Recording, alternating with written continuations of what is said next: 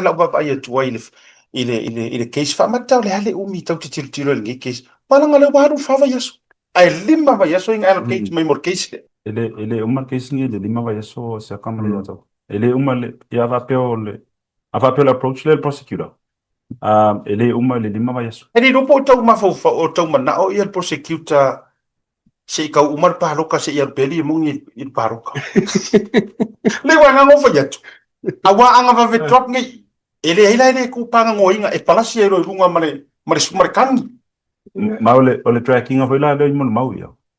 kuso le la aka kuso le me vanga le wa kanga uma mo mau ya ko ka urkanga ka le mari wai ku ma e mau i ma hit and run yeah e mau kuso e uma ifo ole fa more conspiracy pa e uma ifo ngole outcome ngang ko avia ko file se application for hit and run ole outcome le la ama uma ma il case le o mo mau uma ko ia kuso uma ele fe ka wi fang ko ele conspiracy a fe ka wi fang ko le hit and run I mean, nga fai ni fesu ya ingo le povi mar kupe le mena nga mali wai kua.